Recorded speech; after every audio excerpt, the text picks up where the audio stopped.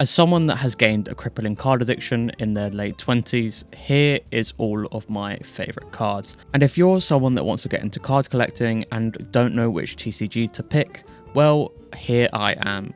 I'm someone that isn't TCG specific, and I collect things from One Piece to Digimon to Pokémon to Magic the Gathering, Yu-Gi-Oh!, Weiss Schwarz, Dragon Ball Z, and even Lorcana.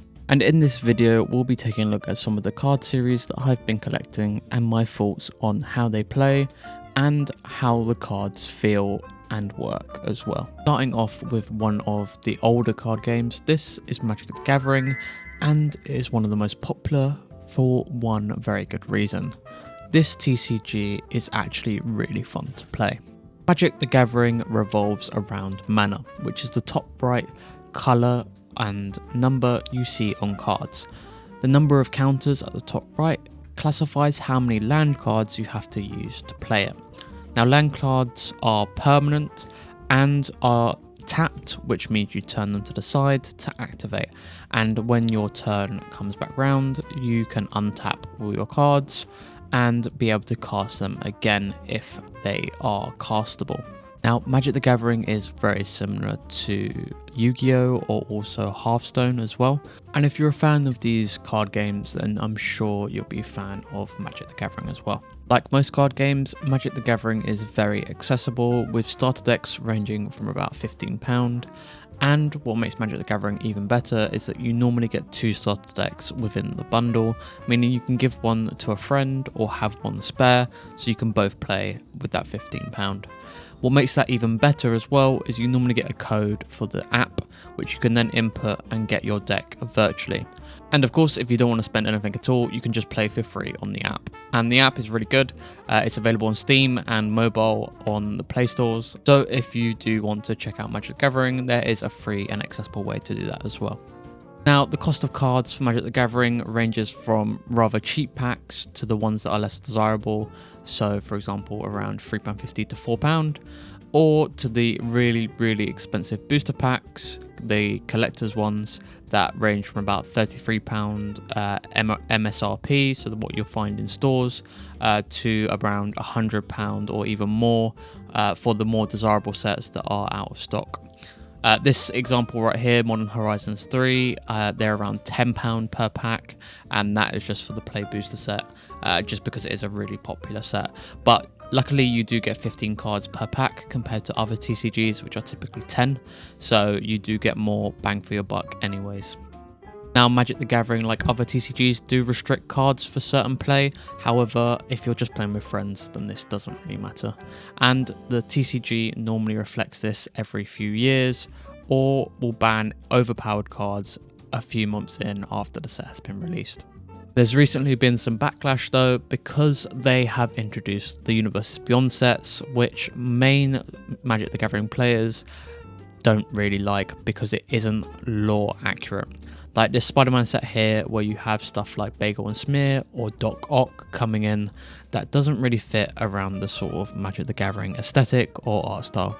But to be honest, for casual players like me, these Universe Beyond sets are really interesting, and some of them do fit really well, like the Lord of the Rings set. I do see the criticisms around Magic the Gathering players on certain sets like this, and the potential one coming up for the new Marvel series, I think in June next year. However, without these Universe Beyond sets, someone like me wouldn't have tried Magic the Gathering before, and I'm really enjoying it and playing on the mobile app almost every day. I would give Magic the Gathering a 10 out of 10. Now, coming on to the second TCG is Digimon card game. This hurts my soul as I am a massive Digimon fan, but it feels like the card quality of the cards isn't that great unless you have the foily special rares or rares that are at the end of the pack. What I do absolutely love with Digimon is that the art style is very, very faithful to the original shows and the games as well. And the art is varied enough to be really interesting, with different Digimon having different alt arts, and there being so many Digimon to collect and look at, and it being amazing to just open up packs and find ones that you really, really enjoy.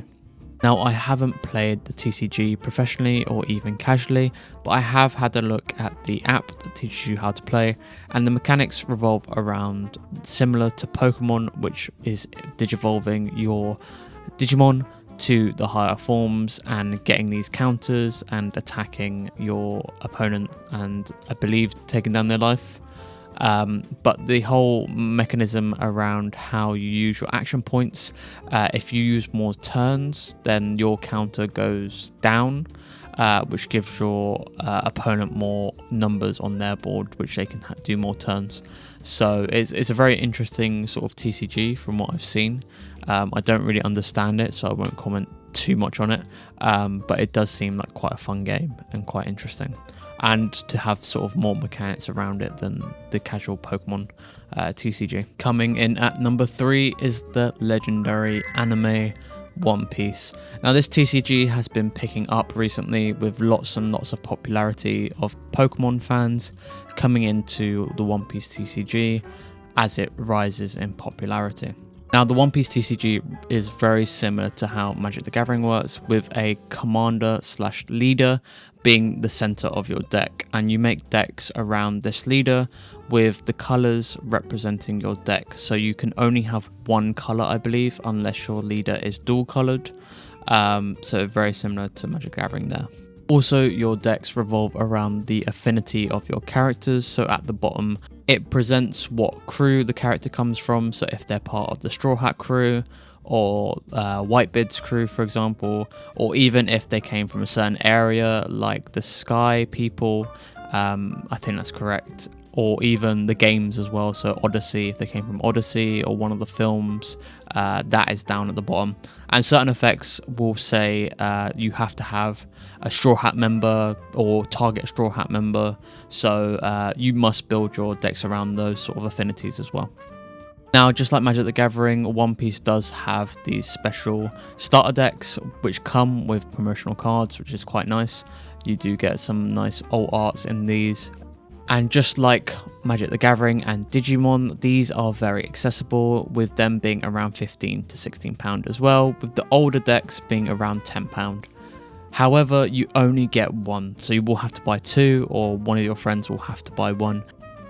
Now, coming on to the booster boxes. Now, these are the main set of how you get cards, similar to other TCGs. The One Piece one isn't too bad, with it being about £100 for a booster box if you buy directly from the Bandai Namco store or an online third-party retailer. However, for certain sets like OP5, which I'm opening right here, it is harder to get a hold of a box, so the reselling online is a bit more expensive. However, certain places like the Bandai Namco stores definitely still have stock at MSRP, so do check them out if there is a Bandai Namco store near you. Now, the art for the cards is absolutely stunning. However, they do repeat certain characters quite a bit. So, for example, the Straw Hat crew does get a lot of attention, and certain characters like Ace or Sabo do get a lot of different alt arts. However, for some characters like Bartolomeo, there isn't much alt arts or SRs. Now, that's not to say there aren't any cards of him, but they are harder to come by, as they're in some of the older sets that aren't easy to find anymore. I have actually also purchased the Japanese sets of the One Piece trading card game, and like other Japanese trading cards, you do get less cards per pack and only one foil when compared to two in the English set. So this makes it harder to find those secret cards or even the manga rares, which are the chase cards of each set.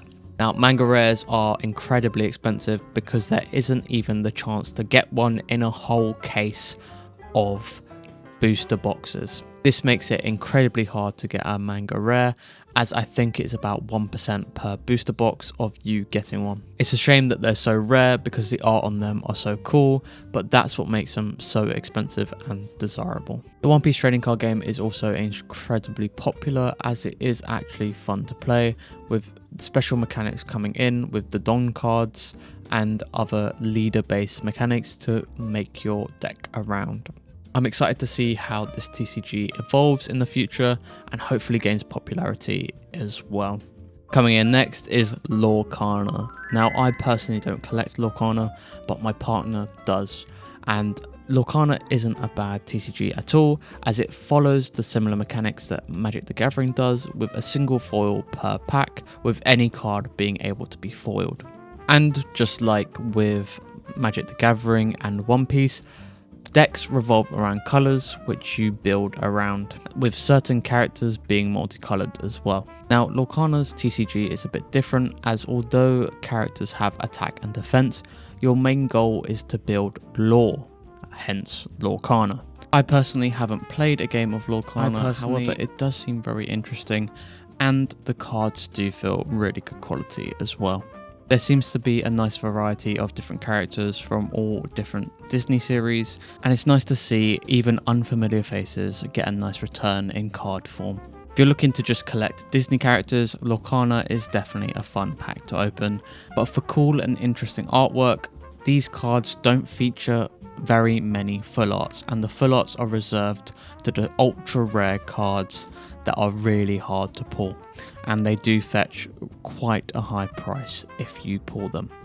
Now, coming on to the TCG that everyone is collecting and surprisingly keeps rising in popularity is Pokemon. Now, I do enjoy opening Pokemon packs, but to be completely honest, it probably is my least favorite TCG to open currently, just because it is really hard to get packs and the supply of Pokemon cards is forever vanishing because of scalpers.